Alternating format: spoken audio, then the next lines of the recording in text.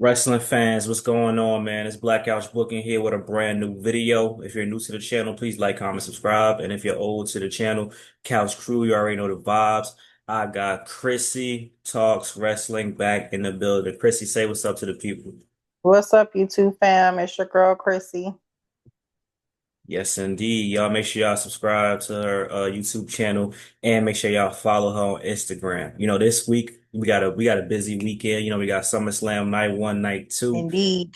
And we got some good matches. But a lot of people think like these two women's matches in particular are very clear cut, as in Jade's gonna beat Tiffany and Naomi's gonna retain. But I think the answer might not be as clear cut as everybody think. And I think there's a small possibility that we could be thrown for a loop with both matches. But I think the match to talk about first is, definitely a triple threat match. Chrissy, well, do you think that Naomi is a lock to defend that women's championship in that triple threat match? I do think I don't know if Naomi is gonna hold on to it because they've been telling this story with Io that she's undefeated in triple threat matches. And I love Naomi, I do, but I don't know why I have this feeling that Hunter wants to possibly do Io and Rhea one more time on the big Mhm. stage. I'm glad you brought that up. Io said backstage on Raw, I think it was, she said to Rhea, "Listen, you never beat me." And Rhea like, "Oh, we're gonna see about that." And I'm like, "Oh no." That gave me a bad vibe. Hmm. I'm thinking about people are forgetting about this. Everybody talking about Stephanie Valkyrie. She won the opportunity to face whoever the champion is at Crown Jewel. Crown Jewel is in Australia this year.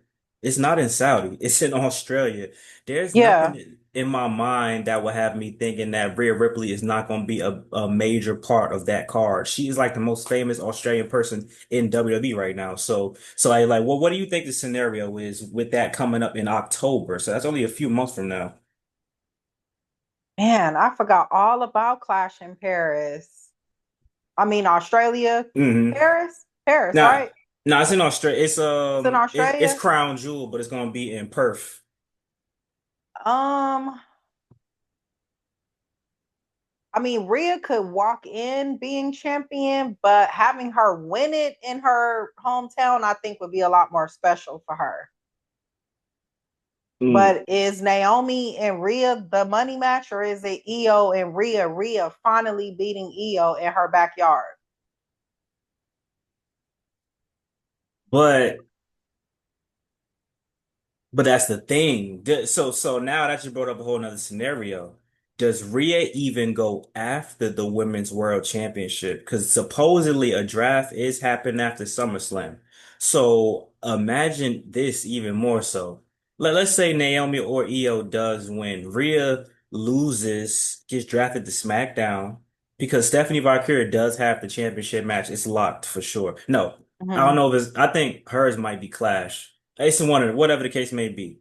Even if she lose, whatever the case may be. So, what if Rhea is going to go after that SmackDown Women's Championship and at Crown Jewel? Because, like you said, I could see Rhea versus Io one on one again. I could see that, but I don't know how we get there. That's all the way in October, not that far, but how do we get Rhea versus Io? We just get them a one on one match for no title. You know what I'm saying? Like I don't. This is a weird situation. Like.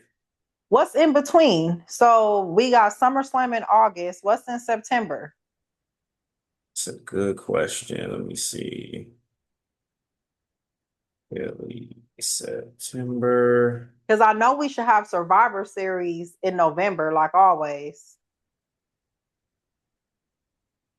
So apparently, wait, September. So apparently for September, we're gonna have. So Clash in Paris is actually August 31st. That's when Stephanie Valkyrie is gonna get her shot, right? And then in September, I don't even see anything for September. NXT is September. Probably So because they having two big PLEs in one month. So maybe they're not doing nothing for September. Yeah, then they go straight to Crown Jewel in Australia. So some way, somehow, we gotta get Rhea Ripley to fight for some title at Crown Jewel. So if Naomi can retain, uh, and she versus Stephanie Valkyrie or Stephanie whatever Naomi said on Raw the other day, she funny as hell for that. I can see Stephanie versus Naomi. That'll be straight at Clash. But I really can't see that. you don't think it's gonna be a good match? I don't. I would say EO more than Stephanie because if you notice, they haven't had a clear definitive winner either. Like if you notice, Hunter is leaving a lot of doors open for EO. Like Hmm. his storytelling revolves around Rhea and EO. Like Naomi is there, but you can tell those two girls are getting ready for their storylines. EO could have a story with Rhea and with Stephanie. Naomi kind of don't fit in there per se. So why you think they called the audible for Naomi to go for the women's world championship instead of making the simple decision, which we're about to get into that match next as well. But so why do you think they called that audible? I just think they did that just to make the pay-per-view more interesting, honestly. Mm. I don't think that was ever really the plan, especially after watching Unreal. I just think they needed something to say this was good or they really pulled a swerve. Like, who's to say the plan is still not for Jade and Naomi to possibly face each other? I just think they just did that for a pop. I'm not mad at that. And so with that being said, let's go to Jay versus Tiffany Stratton. And let me tell you why I think there might be something to that. So Jade Cargill to everybody is the clear cut winner. But let me ask you this scenario, right? What would be more important for Jade right now?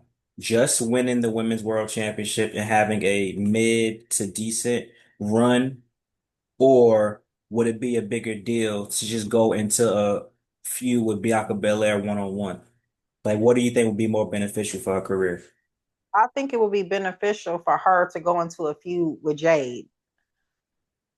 See? Um, if you ask me, you already know how I feel about Jade. Like, I feel like Jade is okay, but I feel like if they keep that WWE title on people that's green or still learning, that title is going to diminish. Like, if you notice, the men's WWE title is way more prestigious than the World Heavyweight title because it's very selective who gets that WWE title. If Jade takes it off Tiffany, I mean, who gonna take it off Jade? Bianca or Naomi? Are they setting up something for that?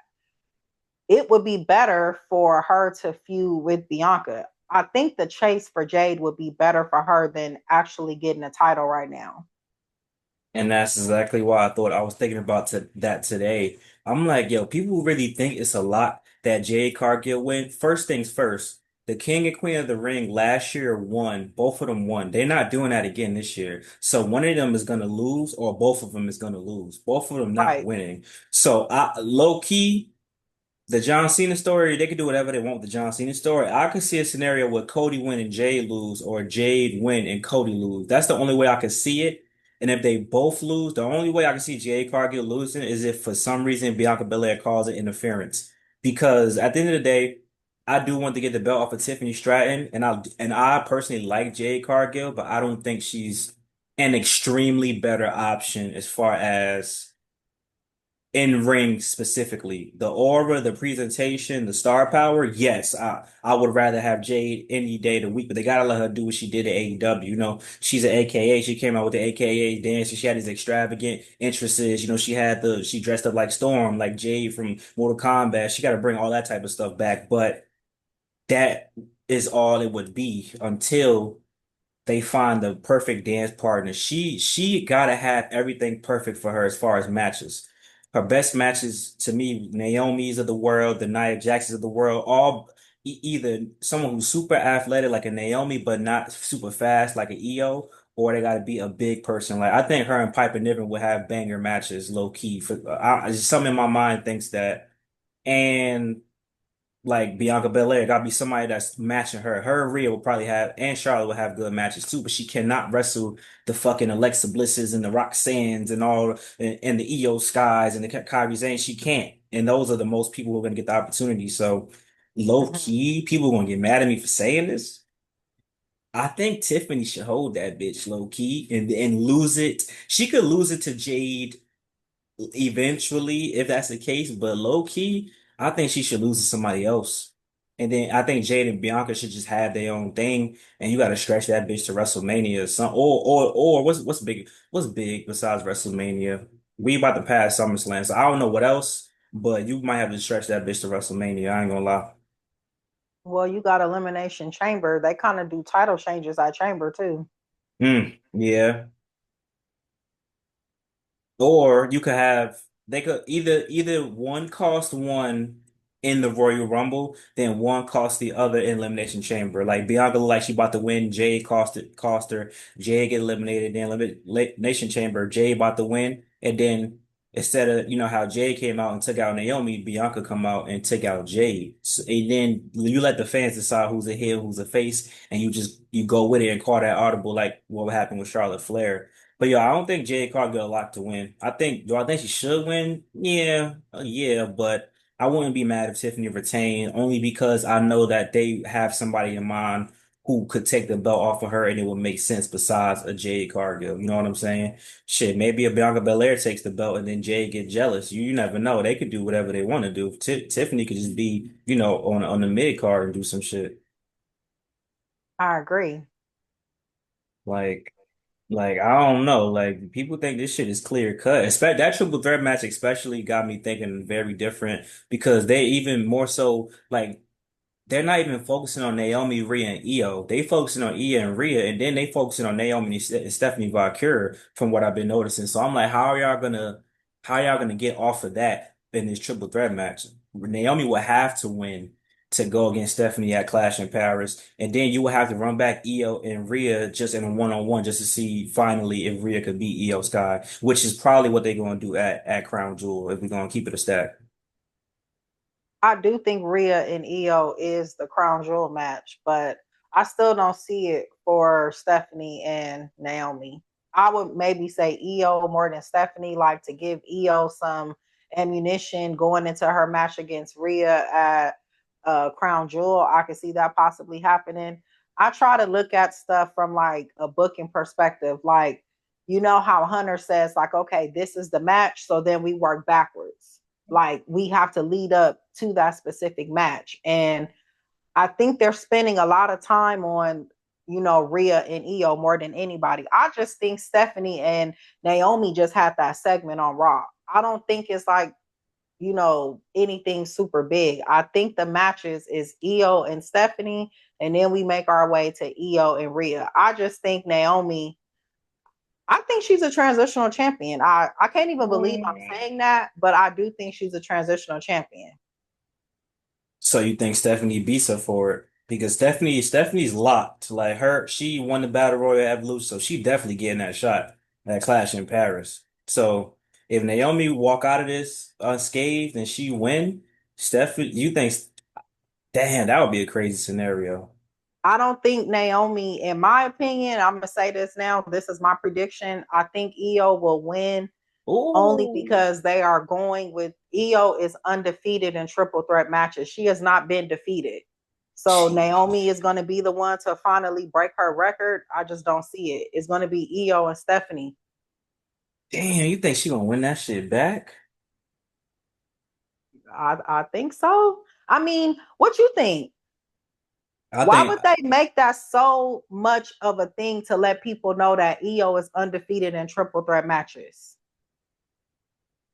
to put Rhea over. I think Rhea Ripley gonna win.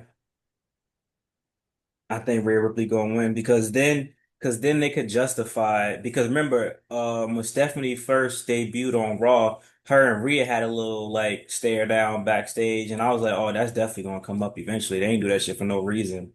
So let's say and they pointed out that Rhea was like, oh no, you're not gonna get me again. So if Rhea does win this shit, but guess what though? Here's what they're gonna do. Here's how disrespectful they would be. They would actually let Naomi take the pin in the match. That's how disrespectful they are.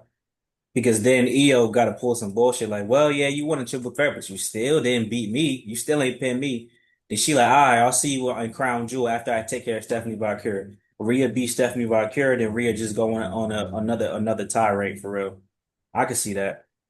So EO just keep getting title shots without technically earning them. Shit, that's what. Think about it. What has Rhea done the last two attempts? She shouldn't have got a title shot at Evolution, and she shouldn't have a title shot right now. There's no way in hell she should have a title shot right now. They did not have to make this a triple threat match for SummerSlam. No, they didn't. There's no They didn't. justification. So in EO's case. This is EO's only other title shot after losing the title at Evolution. You know what I'm saying? So it's not like her getting a title shot against Rhea before that was just Rhea. Rhea was too emotional, so Rhea could blame herself for that. So you could kind of make they ain't gonna think that hard like we thinking about it, but you could kind of make a story about that shit if they wanted to. But I'm sure they're not gonna think about that shit though. Okay, well, I guess we're gonna have to wait and see which one of our predictions come true. I hope we both wrong. I hope Naomi win, me personally, but. This shit, like she is looking like the odd one out, and like her focus is seeming like it's elsewhere. But that would leave a bad taste in my mouth, though. I'm not gonna lie. After people waited for her to get it after all this time, just for her to lose, she wouldn't even be a 30-day champion if I'm not mistaken. That shit wasn't a month ago. Evolution. That wasn't 30 days ago. Yeah, she wouldn't even be a 30-day champion, I think. I mean, she wouldn't be the only one. Them belts be traveling. These belts are starting to move Yeah. around a lot more. But that Jade and Tiffany one is that one, especially because you looked at the little picture, the little graphic they had, like they neither one has ever lost a singles match in 2025. I did not know I did not know that. I'm like, holy shit, okay. They I both mean, never lost a Tiffany singles barely match. wrestles though, so That's facts. So who gonna be the first one? I mean, I think they're gonna go with the obvious though. Bianca might do some. She might do nothing, but do something like when she was the referee. She'll probably show up after Jade win. You know what I'm saying? Maybe we get a special moment. I mean, I remember, SummerSlam is when Becky turned heel against Bianca. SummerSlam is when Damage Control came back. They got to give us something special for the women. It's been a occurrence. Liv Morgan and turned Dom at SummerSlam, so it got to be something special this year. hopefully maybe we could talk about Bianca Belair at during another video because I have a lot to say about her too. I think she's definitely I feel like she's at a standstill right now. Yeah, she got to get off that injury. I got to watch that interview and see what her injury status is because they trying to get well, I don't want to say they trying to make Rhea lap her, but they making the gap is becoming too like nah, Bianca Belair she need to be on TV and she need to get healed up quickly because I want to see something for real. I agree. But y'all, that's what we got for y'all today, man. We just wanted y'all to really think and expand y'all minds and let us know in the comment section what y'all think, man. Make sure y'all subscribe to, Chrissy Talks Wrestling and make sure y'all follow her on Instagram as well. You got anything you want to say to the people before we get out of here? Follow me on all social media handles, Chrissy Talks Wrestling, and then let us know what you guys think. Do you guys think we're on the money, or do you think is we thinking way too far ahead? I already know they're gonna be some assholes in the comment section. Like, yeah, y'all overthinking this shit. Yeah, we might be, bro. The obvious answers might be simple, but with the women, like I said, with the women in SummerSlam, it seemed like they always like do something that's so like drastic. That I'm like, oh shit, I didn't see that coming. So I'm hoping for the same thing, and I'm looking forward to being at SummerSlam and watching. So I'm looking forward to that. But y'all make Oh, sure y'all you're like, going comment. to SummerSlam? Yes, indeed. Night one and night two, I will be there. Where is it gonna be? Jersey, Oh, duh. right, Okay. right in the backyard. So shit, I'm gonna be there. All right, y'all. Well, peace. Y'all make sure y'all subscribe to the channel. We out.